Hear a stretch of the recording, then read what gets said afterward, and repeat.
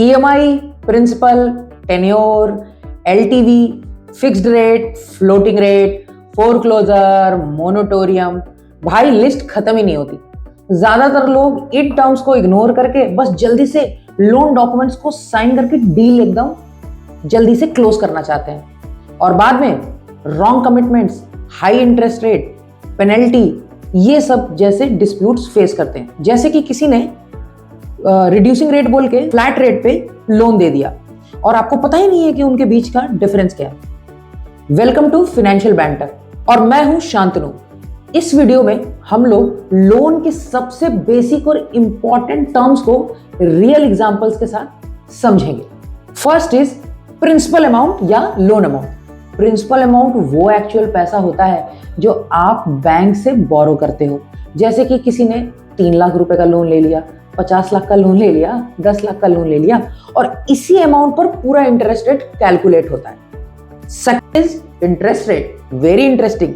सब लोग इंटरेस्टेड होते हैं इंटरेस्ट रेट में। तो इंटरेस्ट रेट या इंटरेस्ट वो पैसा होता है जो आप लोन जब आप बैंक से लेते हो उसके बदले में बैंक को रेंट के तौर पे वापस करते हो। इंटरेस्ट रेट जनरली तौर पर बोला जाए तो एनुअली चार्ज किया जाता है। जैसे कि किसी केस में 10% पर एनम हो सकता है और किसी किसी केस में 18% पर एनम भी हो सकता है। बैंक्स इंटरेस्ट रेट को डेली प्रोडक्ट मेथड से कैलकुलेट करते हैं। अभी डेली प्रोडक्ट मेथड क्या होता है, इसका फायदा क्या होता है? मान लीजिए अगर आप 20 तारीख को लोन क्लोज करते हो तो सिर्फ 20 दिन का इंटरेस्ट लगता है, पूरे महीने का नहीं। पार्ट पेमेंट और फोर क्लोजर के टाइम ये काफी इंपॉर्टेंट होता है।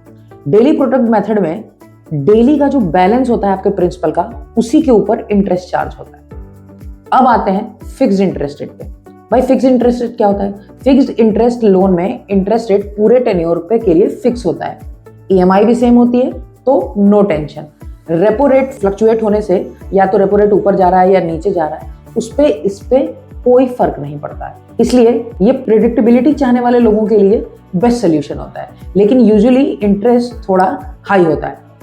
अब आते हैं फ्लोटिंग या वेरिएबल इंटरेस्ट रेट पे। अब बात करते हैं फ्लोटिंग या variable rate of interest. Floating rate time के साथ चेंज होता है। ये यूजुअली आरबीआई जो रेपो रेट किसी का या बेंचमार्क कोई भी रेट से लिंक्ड होता है, अगर ये ऊपर नीचे होता है तो आपका फ्लोटिंग या वेरिएबल रेट भी ऊपर नीचे होता है। यानी अगर रेट बढ़ा तो ईएमआई या टेन्योर आपकी बढ़ेगी, अगर रेट गिरा तो ईएमआई या टेन्योर कम हो सकता है। जैसे कि अभी रिसेंटली हुआ है कि रेपो रेट कम हुआ है तो बहुत सारे बैंक्स के होम लोन्स वगैरह के रेट कम हुए हैं। होम लोन में ये सबसे कॉमन होता है। अब बात करते हैं लोन टेन्योर की। टेन्योर का क्या मतलब होता है?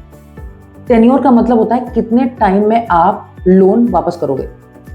पर्सनल लोन का जो नॉर्मल टेन्योर दिया जाता है वो 1 से लेकर 7 साल तक देते हैं। लैप 15 साल तक का हो सकता है और होम लोन 30 साल तक का भी हो सकता है।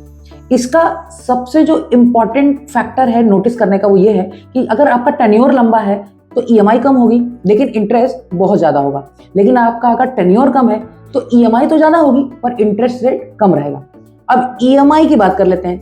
तो ईएमआई होता है इक्वेटेड मंथली इंस्टॉलमेंट। ईएमआई में प्रिंसिपल प्लस इंटरेस्ट दोनों ही कंपोनेंट होते हैं। स्टार्टिंग के ईयर्स में ईएमआई का मेजर पार्ट ना इंटरेस्ट देने में जाता है और एंड में प्रिंसिपल ज्यादा जाता है। इसी प्लानिंग को एमोर्टाइजेशन बोलते हैं। ठीक है, अब बात करते हैं हम प्रोसेसिंग फीस की। प्रोसेसिंग फीस एक वन टाइम चार्ज है जो बैंक वेरिफिकेशन और डॉक्यूमेंटेशन के लिए लेता है। जनरली ये 0.5% से 2% ऑफ द लोन अमाउंट तक वेरी करता है, या फिर कई बैंक्स तो एक फ्लैट प्रोसेसिंग फीस डिक्लेयर कर देते हैं, जैसे कि 6,999 प्लस जीएसटी, 7,999 प्लस जीएसटी। ये मोस्टली नॉन रिफंडेबल होता है। लोन कैंसिल करने पर भी ये बैंक इसे रिफंड नहीं करते। इसलिए लोन लेते समय हमेशा चेक करें कि आपका प्रोसेसिंग फीस कम से कम हो। नेगोशिएट कीजिए हार्ड। अब आते हैं सबसे इंपॉर्टेंट टॉपिक पे, डॉक्यूमेंटेशन, जो कि होता है आपका केवाईसी। केवाईसी क्या है? Know your customer. Bank verify करता है कि आपका Aadhaar, PAN, address proof, income proof कोई मिसमैच तो नहीं है। इसमें बेसिकली आपका एक आईडी प्रूफ चाहिए, एक एड्रेस प्रूफ चाहिए और इनकम प्रूफ चाहिए होता है। मतलब delay, extra visits, loan rejection भी हो सकता है अगर डॉक्यूमेंट्स में मिसमैच है।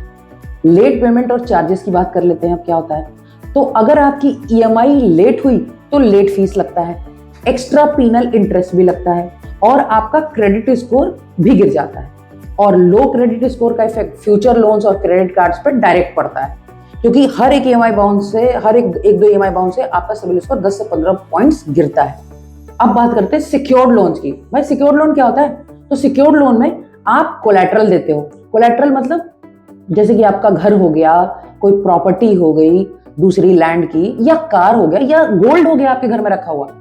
इसमें बेसिकली इंटरेस्ट तो कम होता है, लेकिन अगर डिफॉल्ट करोगे, ईएमआई नहीं दोगे और एनपीए हुआ, तो बैंक आपका एसेट भी अपने पास रखने का अथॉरिटी रखता है।